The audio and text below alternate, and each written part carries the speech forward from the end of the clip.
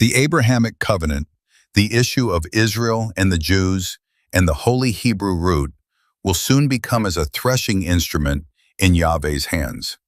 He will use these precepts to separate the humble, redeemed wheat from the arrogant, deceived tares. Those who are ambassadors of the Father of truth will be as the wheat. Those who are agents of the father of lies will be the tares. Satan has succeeded in leading the whole world astray through deception, but more shockingly, he has deceived many professing Christians by leading them down a slippery, dark path. For both prophet and priest are polluted. Even in my house, including the church, I have found their wickedness, declares Yahveh.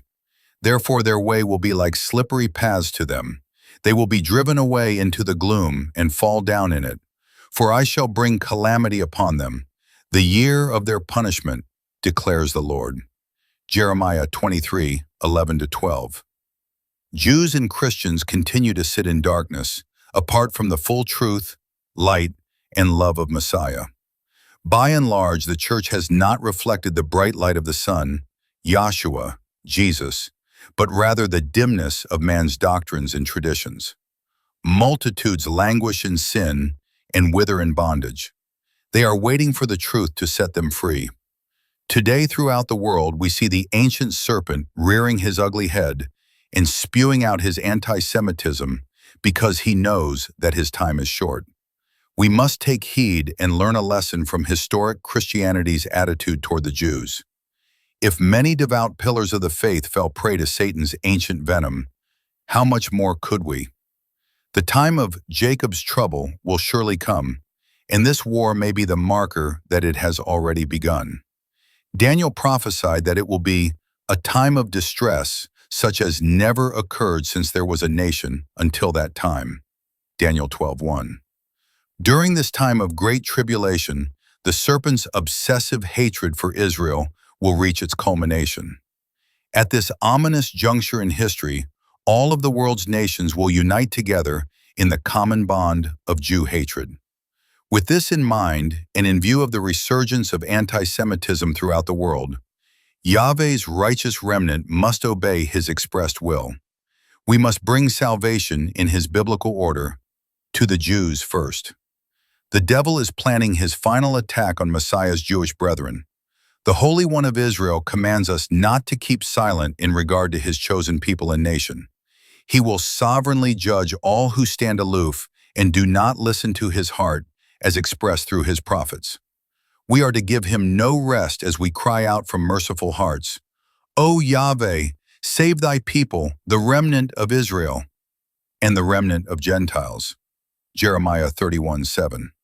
Scripture teaches that when we know the right thing to do and don't do it, it is sin. Messiah said to his disciples, "My mother and my brothers are these who hear the word of Yahveh and do it." Queen Hadassah, Esther, was divinely used to thwart the serpent's plot to destroy the Jews. The true body of Messiah, the holy remnant, should be as Queen Hadassah. If we remain silent at this time, relief and deliverance for the Jews will arise from another place. Esther 4:14.